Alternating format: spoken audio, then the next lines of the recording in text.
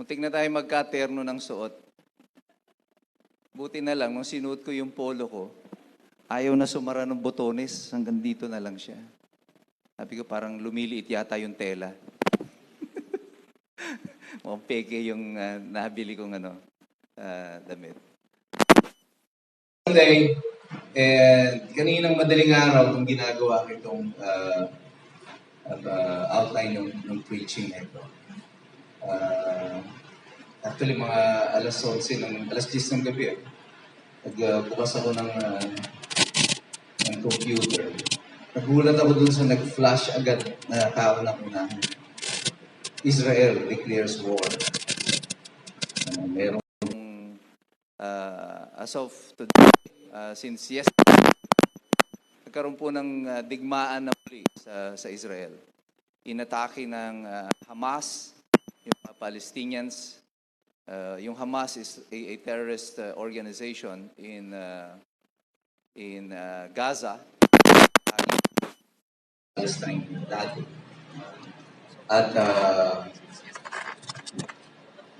Of this morning, kanina, sa pinapakinggan ko sa news, 300 na yung namatay sa Israel. At daan-daan pa yung hinihinala nila na kinidnap ng mga terrorist organizations at dinala doon sa Gaza. And right now, ang Israel has responded with aerial bombing.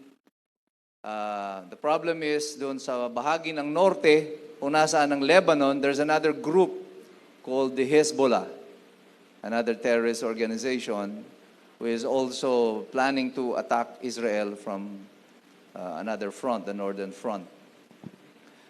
And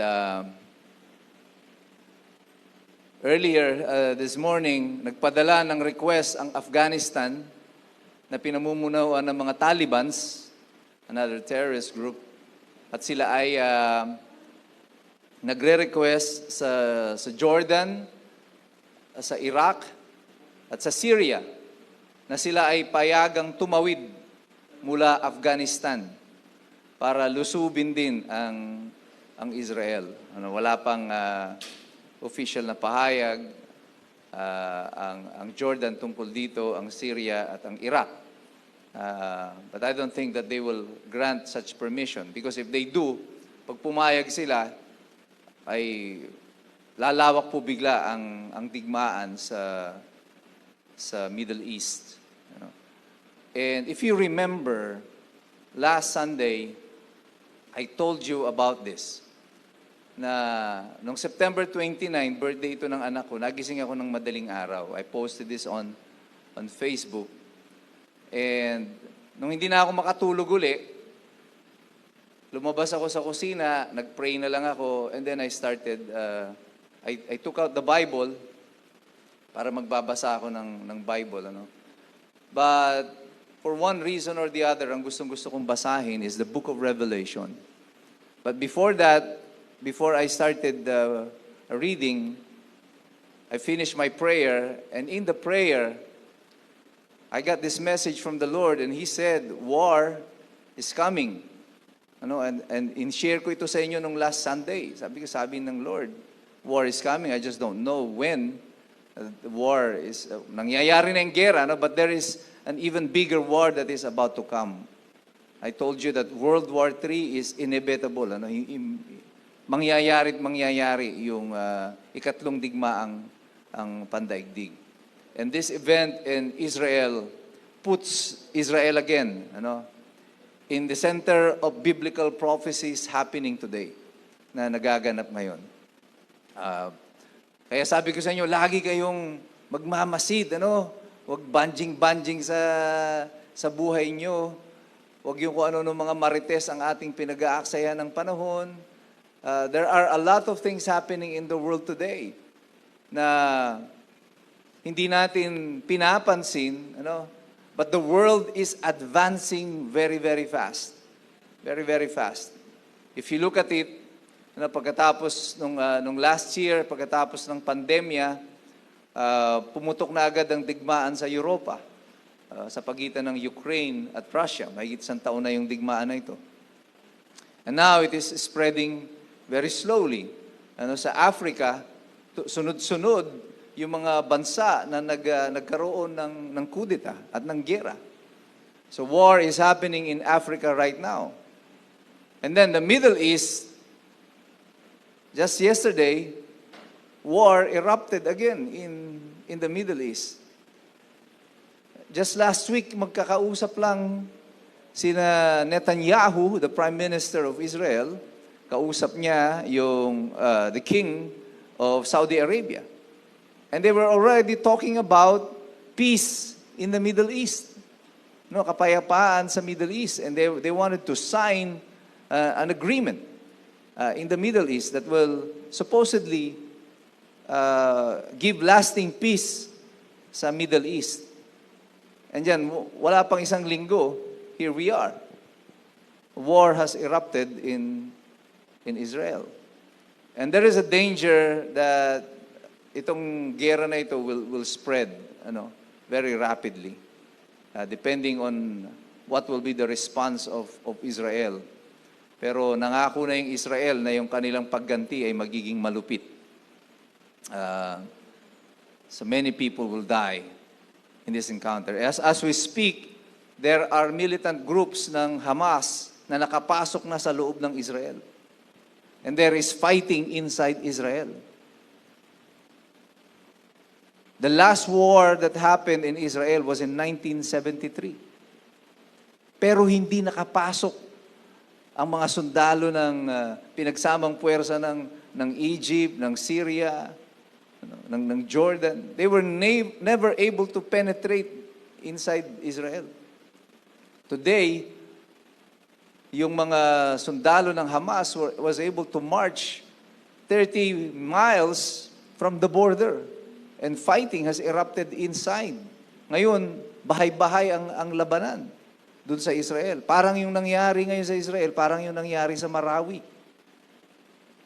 And lots of people are dying now. Minamassacre yung mga Hudyo, mga Jew na pinapasok yung bahay. Pag may tao, papatayin o kaya kikidnapin. And there was a mayor of a town in Israel that has been killed, assassinated, soldiers. And the body count is going to pile up as the day go on. And we can only pray that wag mag-escalate itong gera na ito. But I'm telling you this, hindi ito yung Armageddon. Okay, mag-alala, this is not yet Armageddon. However, this war, itong gera na ito, ay bahagi ng pag-uumpisa ng the signing of an eventual pact or agreement na mako-compromise ang Israel. At magkukunwari itong parang kapayapaan na dinidescribe sa Bible, 3.5 years of peace. But then there will be another 3.5 years of utter destruction. I think this is the beginning of the preparation of you're paving the way for the rise of the Antichrist, who is already here. Andito na yung Antichrist nito. They're just waiting for this opportunity to reveal themselves to humanity. That's why I've been telling you, let us not live our lives today as if you have an eternity to spend dito sa mundo. Hindi po, we have so limited time at yung kaya nating gawin, we have to do it today. And everything that the Lord asks us to do, let us do it today. Every soul that needs to be saved, yung mga kaibigan nyo, kapamilya nyo, lahat ng hindi pa nyo pa napag-share ng gospel, bring them to church, bring them to God. Baka iniisip niya, bukas na lang. Ay, bukas na lang. Ay, next month na lang. There may never be a next month. If this war erupts, alam niyo, ang Pilipinas is an ally of Israel. Alam niyo ba yan? We are one of the few countries in the world na pinapayagang pumunta sa Israel na walang visa. Pilipinas po. You know why? Because in World War II, nag-host tayo, pinapunta natin dito. Nung walang matakbuhan yung mga Hudyo galing sa Europa, kinupkup natin sila. Mahigit 2,000 Hudyo ang pinapunta natin dito sa Pilipinas. Bago tayo sakupin noon ng mga Hapon. That's why espesyal ang Pilipinas sa Israel. However, this also makes us a target by militants, ng mga extremists, dahil identified ang Pilipinas bilang kaalyansa ng Israel. Now, war is happening in Europe, Africa, and the Middle East. Asia. Asia na lang po ang next flashpoint na hindi pa nag-i-erupt into war. And if war is going to erupt in Asia, hulaan niyo kung saan ito mag-uumpisa.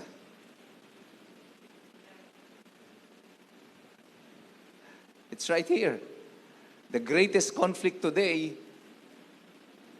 yung tension ngayon, pinakamataas sa buong rehiyon ng Asia is in the Taiwan Strait and the West Philippine Sea na pilit na kinukubkob ng China. And over the past few weeks, makikita nyo, pa-increase ang tension between the Philippines and China. Lalo pa nung tinalo natin sila sa Asian Games. Kaya piko na yung mga incheck sa Pilipinas. So, that's why there is no time. I'm telling you, pray. Continue to pray for our nation. Continue to pray for our families.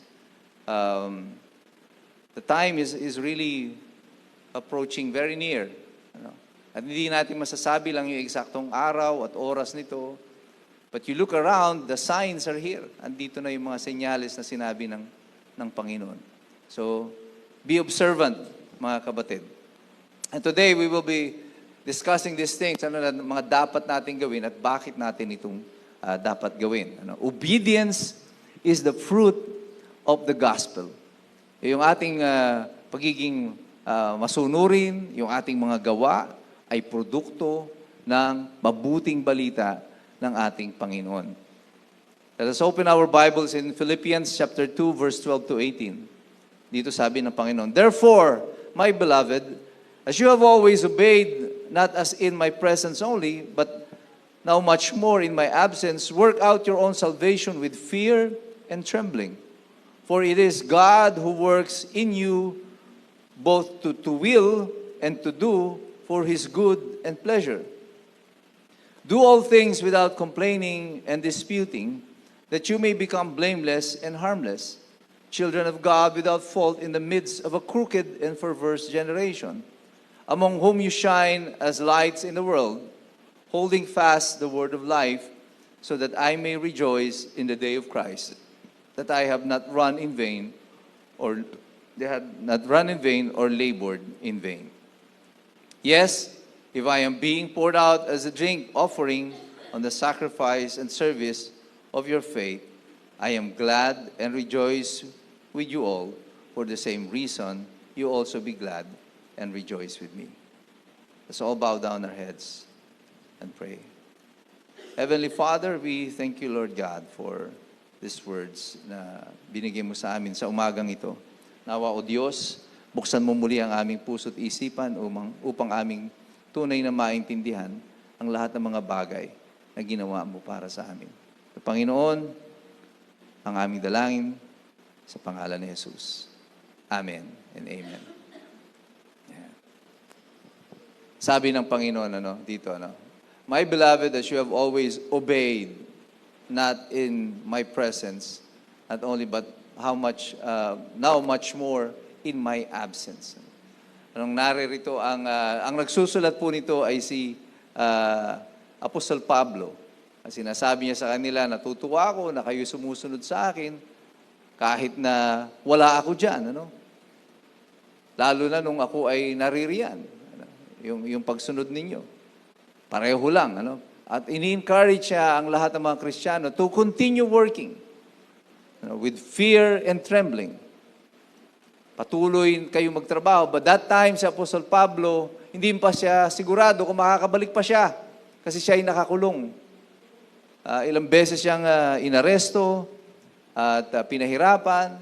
So, ini-encourage niya itong mga taga-Philippians sa pagsunod sa mga gawain. Ano nga ba ang kahalagahan ng pagsunod na ito? Dinidiscuss natin ito sa mga usapin natin noon, mga topic natin the previous weeks. Paano ba tayo naliligtas? Anong papel ng obedience dito? Very clearly, Ephesians chapter 2 verses 8 to 9, sinasabi sa atin, at patuloy natin itong tinitindigan, at lagi natin sinasabi sa inyo, ito ang ating kaligtasan. For it is by grace you have been saved through faith.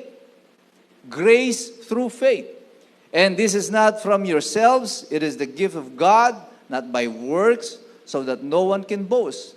For we are God's handiwork created in Christ Jesus to do good works, which God prepared in advance for us to do. So how are we saved?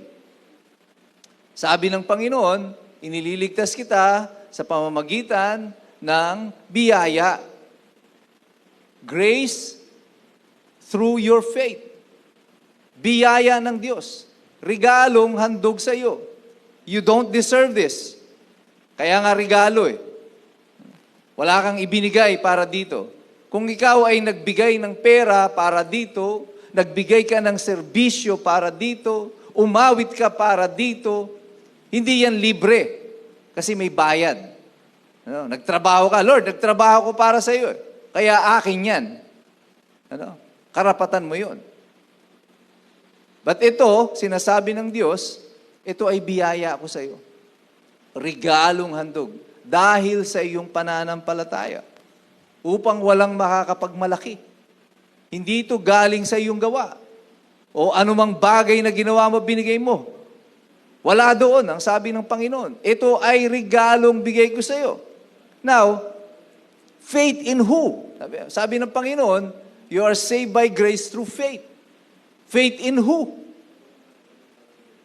Again, babalik ka doon sa John 3:16. Hindi ko na kinote dito yung John 3:16. Kasi I would presume that all of you, alam nyo na yung John 3:16. Amen? Ano sabi doon sa John 3:16? Naku, mag-recitation kaya tayo, no?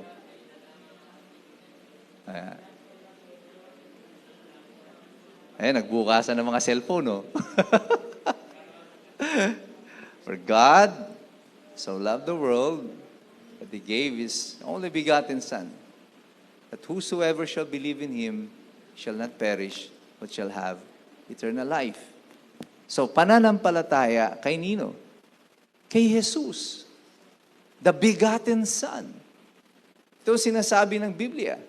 Ililigtas kita sa pamamagitan ng biyaya ko ng dahil sa iyong pananampalataya. Pananampalataya kay nino? Punta ka sa John 3:16. Kay Jesus. Pananampalataya kay Jesus. So, ang kaligtasan natin, biyayang handog ng Diyos sa pamamagitan ng ating pananampalataya kay Jesus. How about obedience? Are we not saved by being obedient, Pastor? Ayan ang tanong na marami dyan. Paano to yung pagsunod?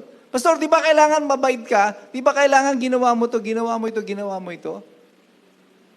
Bago ka maliligtas? Well, the truth is, hindi sinabi ng Biblia yon. Ang sabi ng Biblia sa atin, ito ang ating daan sa kaligtasan. Ang obedience, ang ating pagsunod sa Panginoon, is the product of our salvation. It is the fruit of the gospel that you heard, but it is not a requirement of salvation. Hindi natin pwedeng baguhin kung ano yung sinabi ng Panginoon. Ito ang sabi ng Diyos. Biyaya ang ating pagkakaligtas. Regalong handog ng Panginoon nang dahil sa ating pananampalataya kay Jesus. Paano yung pagsunod mo? Hindi yan requirement. ng kaligtasan. Ibig sabihin ba niyan, huwag ka nang sumunod? Ay hindi po. Ang sinasabi ng Biblia, dahil sa ikaw ay iniligtas na ng Panginoon, yung pagsunod mo sa Kanya, your obedience is a natural product of your being saved.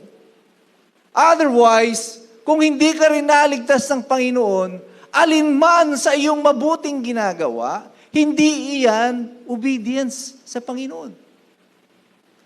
Because the Bible says na yung ating pagkakaligtas produces work in us. Nagiging resulta nito ay ang mabuting gawa. Ilang beses na natin itong pinag-usapan, ano? Na inireserve ito ng Panginoon para sa atin.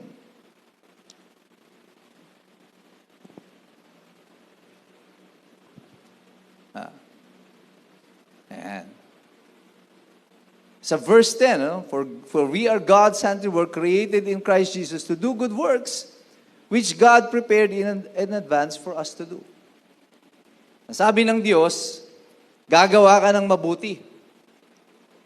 Dahil ikaw ay handiwork ng Panginoon. Pero yung gawang itong mabuti ay inihanda na ng Diyos para sa iyo. So the moment na iniligtas ka ng Panginoon, kapatid, mayroong nakahandang gawain ang Panginoon sa iyo. At ito yung sinasabi ni Apostol Pablo sa mga taga-Pilipos. Ano? Sinasabi niya sa kanila, yung mabuting gawa, ipagpatuloy ninyo. Obedience, ipagpatuloy ninyo. Do this, naandyan man ako o wala. Sumusunod kayo, naandyan man ako o wala. Kasi ito yung inihanda ng Panginoon para sa atin. And this is the same thing that what is said in Ephesians. Yung mabuting gawa ay nakahanda para sa atin. Inilaan ng Diyos iyan para sa atin. Kapatid, ngayon, kung nandito ka sa simbahan, kilala mo ang Panginoong Hesukristo, kaya ka gumagawa ng mabuti, hindi dahil sa mabait ka. Hindi mo sasabihin na, ay ganito. Andiyan na ako sa faith without walls. Sobrang bait ko. Sobrang humble ko rin. Pwede ba sabihin yun? Alam mo yung humility? Kakaiba po ito sa virtue ng lahat. Yung kababaang loob. Kasi the moment na naging aware ka that you are humble, you become proud. Nakita niyo yung kabalintunaan ng virtue na ito, ano? Kapag naging aware ka na ikaw ay mababa ang loob, nawawala na agad ang kababaan ng loob mo. Para kasi pinagmamalaki. Pag pinagmalaki mo na punta ka kay Sister Renny. Ay, Sister Renny, alam mo ba, humble ako. Di nagyayabang ka na. The moment that you said you're humble, nawawala na agad yung virtue na yun sa iyo. What is it then? Paano ngayon that will operate? It's the same way that good works will operate in you. Yung mabuting gawa, you don't have to say anything about it. Nasabi nga ng Panginoon ni Apostol Pablo sa kanila, huwag kayong mag-aaway-away. Huwag kayong mag-aaway-away. Huwag kayong magre-reklamo doon sa mga ginagawa ninyo. Tuloy lang.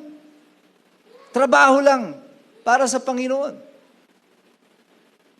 But many churches today, makita nyo, usong-uso. Mga Kristiyano, non-stop sa kakaaway. Mga pastor, debate ng debate. Churches, hatian ng hatian. Agawan ng agawan. Up until now. Are we obeying God by doing that? Of course not. Pero bakit hindi aware yung ating mga leader na the moment that you fight each other, you are no longer obeying God. The same way na the moment that you say, I'm humble, hindi ka na humble. It's the same concept that is happening in our world today. And God said gagawin mo ang lahat ng bagay na ito dahil sa ikaw ay iniligtas ko na. Our obedience is the fruit of the gospel. Ito'y resulta ng salita ng Diyos na namumuhay sa iyo ngayon. At ano yung salita ng Diyos? What is the gospel all about? Ano? That Christ was born, that Christ was crucified for your sins, that He resurrected from the dead, and that He will come again. This is the gospel. The gospel is about us being sinners, separated from God, reunited with the Lord, nang dahil sa ginawa ni Jesus. This is what the gospel is all about.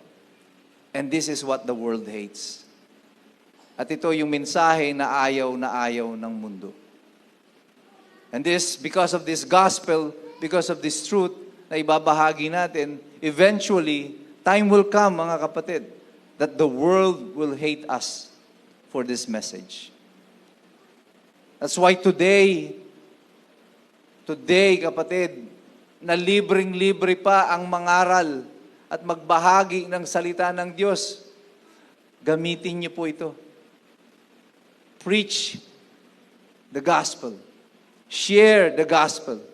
Habang libre pa. Habang hindi pa ito pinagbabawal. Habang wala pa yung persecution that other countries are suffering from today. Maraming mga bansa pinipersecute na mga Kristiyano. Sa Pilipinas, hindi pa nga masyado. But the Bible says that day will come. And those days are marching on very, very fast. Ang bilis-bilis na, kaya kakakita lang natin noong nakarang linggo, eto na naman tayo, Sunday na naman. Di ba? Does anyone notice that? Ano?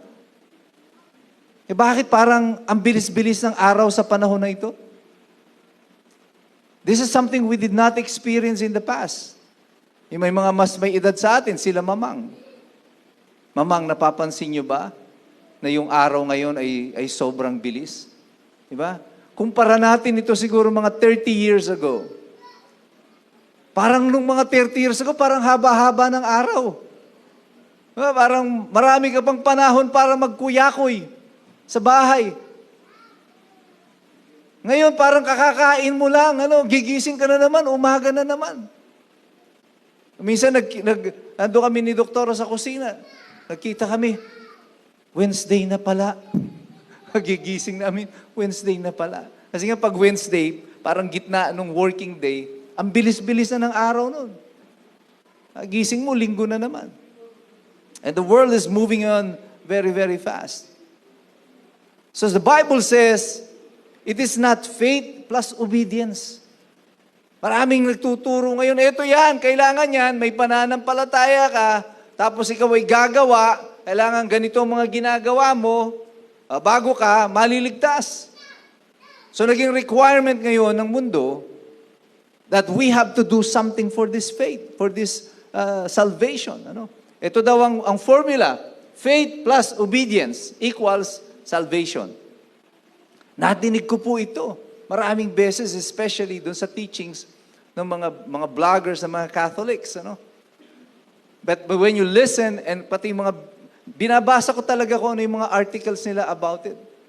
Pero haba-haba nung article nila, wala akong naintindihan. Paikot-ikot ng sinasabi, hindi nila matumbok. Saan kinuha yung faith plus obedience is equals your salvation? When the Bible clearly says, it is only faith.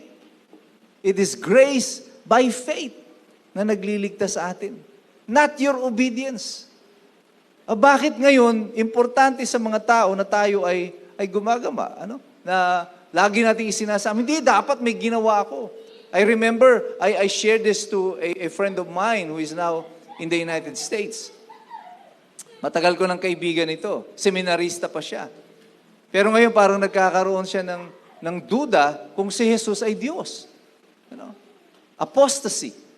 Yung tinatawag niya apostasy. Nadinig mo na yung mabuting balita, naandun ka na, maliligtas ka na. Pero biglang sasabihin mo, ay hindi siya yung totoong Diyos. That is apostasy. Nung sinabi ko sa kanyang, sabi ng Biblia, eto, we are saved by grace.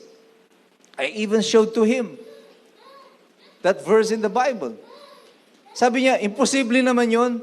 Parang ang dali-dali naman. Maliligtas tayo, ganun lang. Maniniwala lang ako kay Jesus, ligtas na ako. That's it? Sabi ko, oo. Sabi niya, bakit? Sabi ng Lord just believe in Jesus Christ and you will be saved. That's it. Sabi niya, paano yung paggawa ng mabuti? Hindi yan requirement of our salvation. Pero bakit gusto natin meron tayong participation? We want to include more because our nature as human beings want to have a participation in God's work even in salvation. In other words,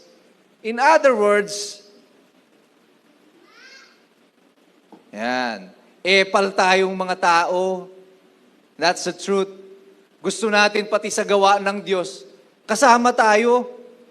Sinabi na nga ni Jesus, ako na yung nagligtas sa inyo, ako na yung namatay sa inyo. Tama yan, Lord, namatay ka dyan. Pero, may pero pa siya. Pero, eto ako, mabait ako. Nag-iika po ako. Nagdo-donate ako ng ganito sa church.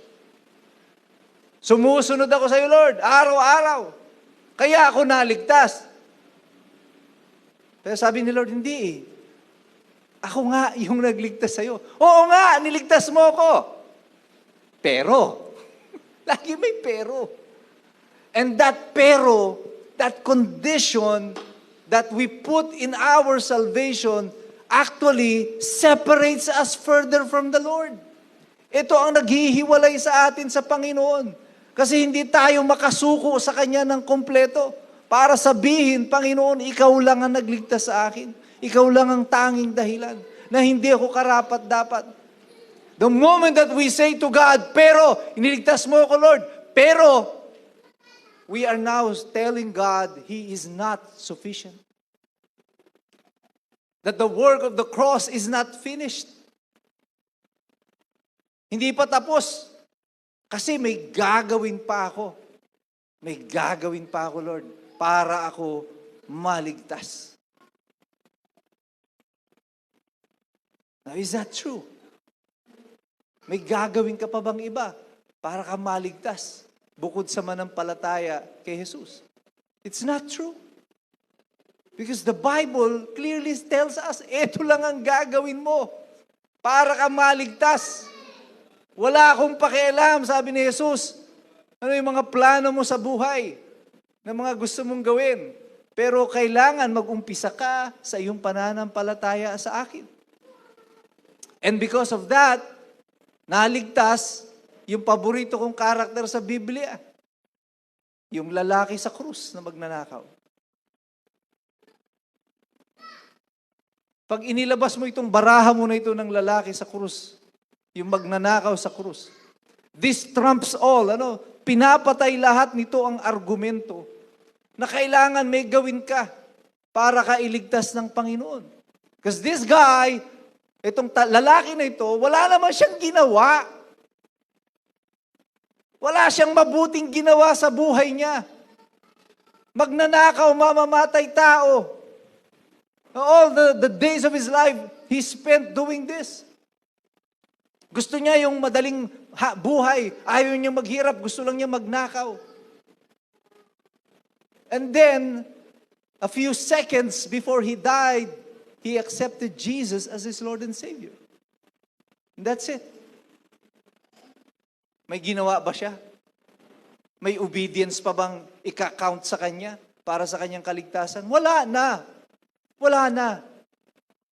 His faith was enough to save him, to give him eternal life. Sapat na yon, sabi ng Biblia, and that's what happened to him. Sapat na yon. Now, ano ang papel ngayon ng obedience sa atin? Obedience is a product of our salvation. We obey not just because you want to be saved. You obey God because you have already been saved. Amen? You get it? Kaya ka sumusunod sa Panginoon kasi ligtas ka na. Kung wala ang kaligtasan ng Panginoon sa atin, wala tayong magagawa. Akala nyo yung lahat ng ginagawa natin na ito, kakayanin natin ito? What are we doing? Noong isang araw nga, kahapon lang, nagkukwento kami ni Doktora. Sabi niya sa akin, nagulat na naman nga ako sa iyo eh. Nag-announce ka na naman tungkol doon sa love ministry. Saan tayo kukuha ng pera? Sabi ko sa kanya, hindi ko na problema yun. Problema ni Lord yun. Ako, tagasunod lang. Pag sinabi niya, eto, ang gagawin, anong sasabihin ko? I obey. Yes, Lord. Sabi mo eh. Hindi ko na tatanungin, teka muna, bossing. Palakari mo ko eh. Paano naman yung ano natin? Ano yung mga... Saan ko kukunin to? Magtatanong pa ba ako? Sabi ng Biblia, di ba? Obey. Do not argue. Huwag na kayong magtalo-talo. Sumunod na lang kayo. And in our experience here, in Faith Without Walls, Love Without Borders, money has never been the question. We have done a lot of things nang walang pera. Wala tayong perang hawak. Remember yung mission trip natin sa Bulacan? Ubus na talaga yung supply ng church. Kindness station natin. Hindi tinamaan ng bagyo yung ating mga kaibigan sa love ministry doon sa Bulacan. Na-trap sila sa bagyo, wala silang makain. Yung mga pamilya nila, kauuwi lang nila ng Bulacan. Wala pa silang mga hanap buhay. But the Lord said, go to them. Show them that I love them. Anong gagawin natin? Sabi ko sa kila ate, mag-ipon kayo ng pagkain. Ang tanong ni ate, anong iipunin natin? Mag-box kayo. Sabi ko, love in a box. Sa isang kahon ilalagay.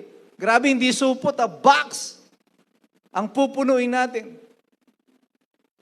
Nakikita ko yung mata ni ate, parang natutulala siya. Sabog na naman yung kapatid ko. Sabi ko sa kanya, do not fear. Last minute, babiyahe kami ng Friday yata yun. Biyahe kami ng Friday ni ate. Thursday, dumating ako dito. Punong-puno yung aking sasakyan ng pagkain, tubig, at mga bagay na ilalagay. At nakarating kami sa Bulacan. May dala kami kompleto. Tig-isang box sila ng mga supply, pang isang linggong pagkain, hindi isang araw lang. Hindi yung binibigay ng mga politiko na nagbibigay ng ayuda, 2 sardinas na pa-expire na corn beef na amoy sardinas din. Binigay natin yung pinakamainam.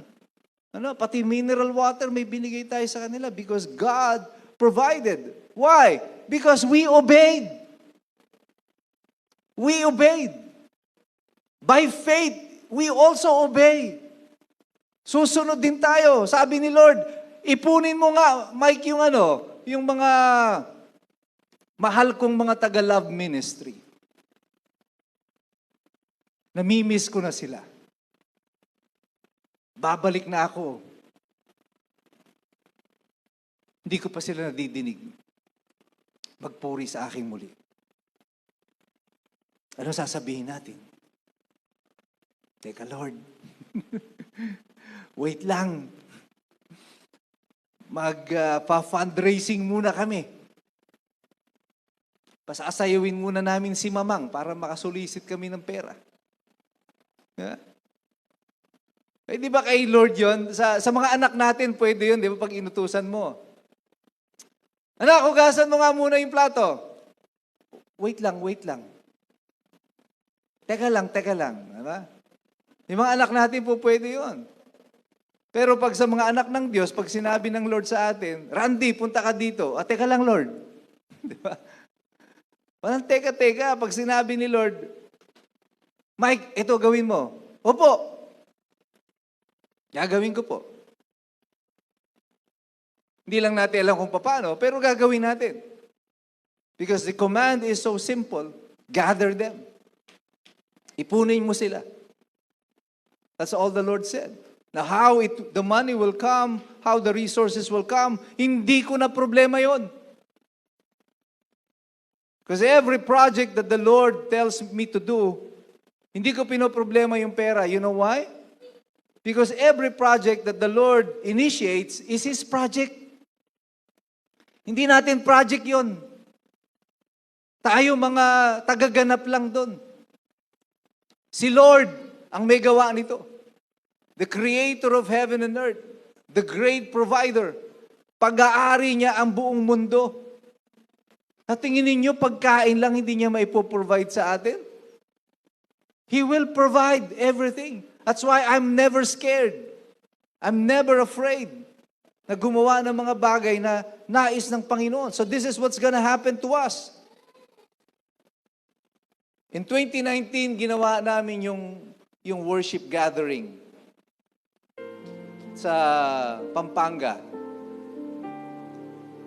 At maraming mga Kristiyanong nagpunta ron. Maraming mga artists ang nagpunta. They praise and worship God. And it cost me a lot of money. Ako mismo, personally, gumastos po ako ng pera doon.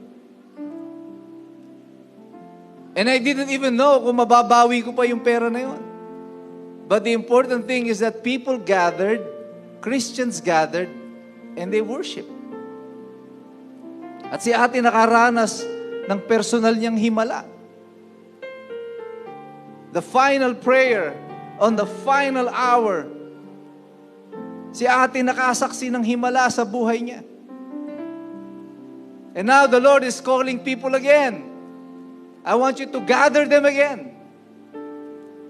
But this time, ang i-gather ay yung mga taong sabi ng mundo ay mga makasalanan. Gather the sinners. I need to speak to them. Because the time is near. He wanted to make sure that everybody gets the message. The wonderful thing about this church is that we have been created. Itong church na ito ay tinayo. Hindi para sa mga mayaman. Hindi ito tinayo para lang sa mga professional. Hindi ito tinayo para sa mga sikat. Ngayon, naintindihan ko ng lubusan kung bakit may church na ganito. Ang church na ito ay tinayo para sa mga taong kinakalimutan ng lipunan. Iniiwasan ng mga simbahan. Pero sila yung mga taong minamahal ng Panginoon. And so we have been placed in a very special position by God. Napaka-espesyal ng papel natin sa mata ng Panginoon. Hindi ito yung pang-celebrity na church. We work underground, ika nga, para tayong mga guerrilla.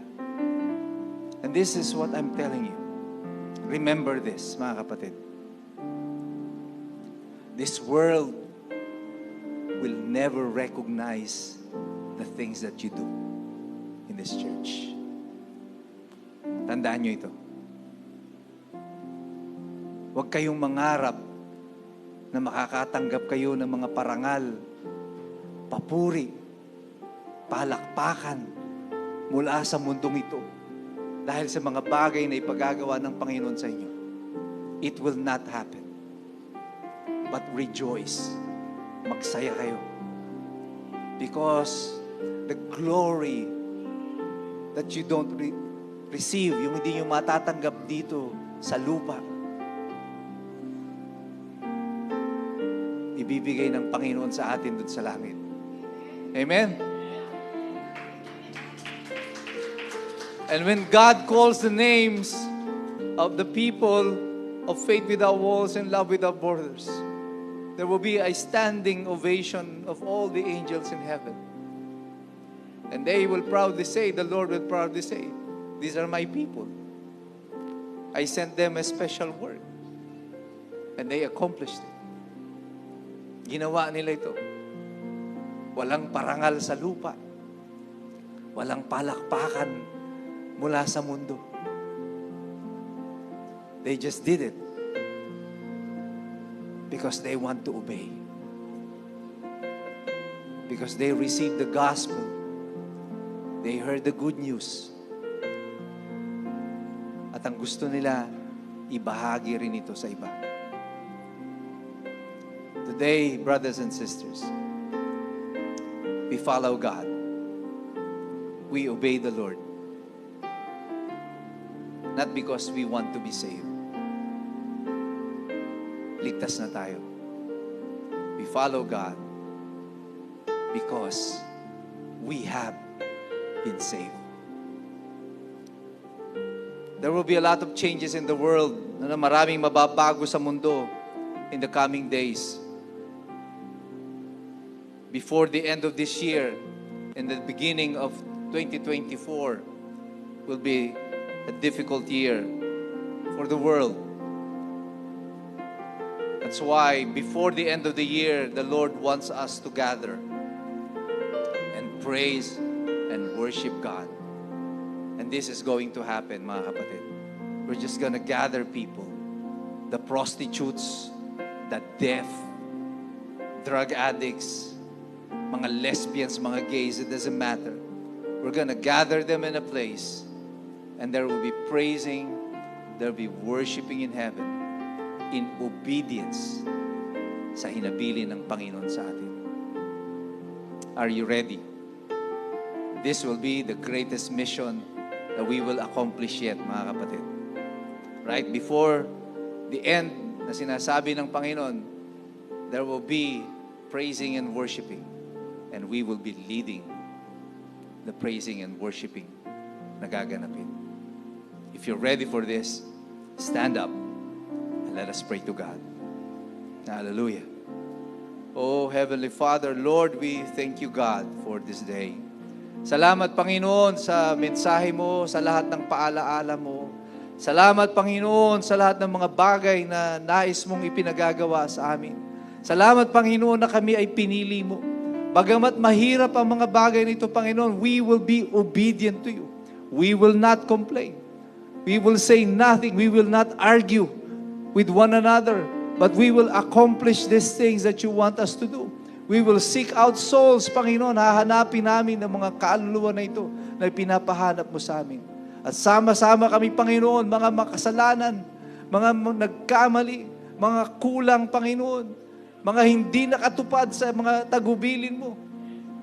But we will be there, Lord, lifting your name up high, praising and worshiping our God, our Lord, our Savior, proclaiming the name of Jesus. Yeshua, Lord, we will call on you. And we will lead as many people, Panginoon, dito sa Limay, sa Maribeles, sa Bataan. And we will let the world know that you are on your way back. Na ikaw ay pabalik na, Panginoon. That we are here, the elect few. Kami na mga pinili mo, Panginoon. We will be here, waiting, serving, and obeying everything that you will command us to do as the hours, Lord, comes to a close. We anticipate, Lord, the glorious return of our Messiah. We anticipate, Lord, rejoicing in heaven. We anticipate, Lord, reunion with our loved ones. Yung mga mahal namin sa buhay na nauna sa amin.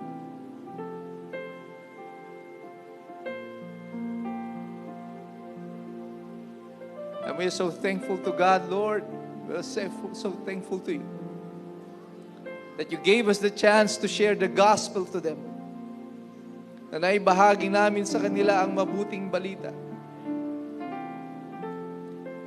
And because of that, we are assured, O God, that we will see them upon your return. At sa aming paglalakbay, Panginoon, patungo sa paghihintay sa iyong pagbabalik, patibayin mo kami, Panginoon. Allow us to endure every trial, every persecution, every hardship that we will go through bago ka bumalik. Empower us, O God. Bless us, O Lord. Give us all the resources that we need to equip us, Lord, in the final battles na inihanda mo para sa iglesia na ito. Not a battle for land, not a battle for territory, but a battle for souls. Mga kaluluwa, Panginoon, na kailangang maligtas at makakilala sa iyo. Lord, we pray for our deaf community, our Talking Hands ministry. Lord, give us a chance to gather them again. Lord, give us the opportunity to deliver to them this message of love na meron ka para sa kanila. Lord, we pray for our members in the love ministry. Wherever they are right now, Lord, mauna ka na sa amin.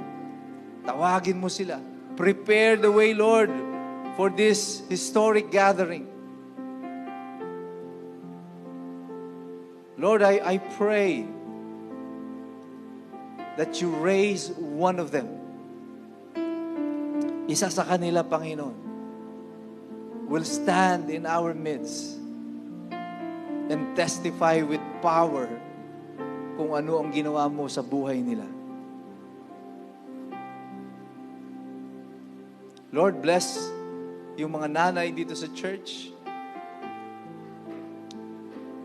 Lord, bless the fathers of this church.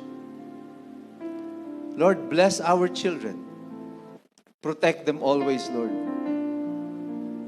Iligtas mo sila sa lahat ng gawa ng kaaway upang patuloy namin silang makasama sa paglilingkod sa iyo hanggang sa iyong pagbabalik. And all of this, Lord, we ask and pray in the mighty name of our Lord, our Savior, Jesus Christ. Amen and amen. Hallelujah.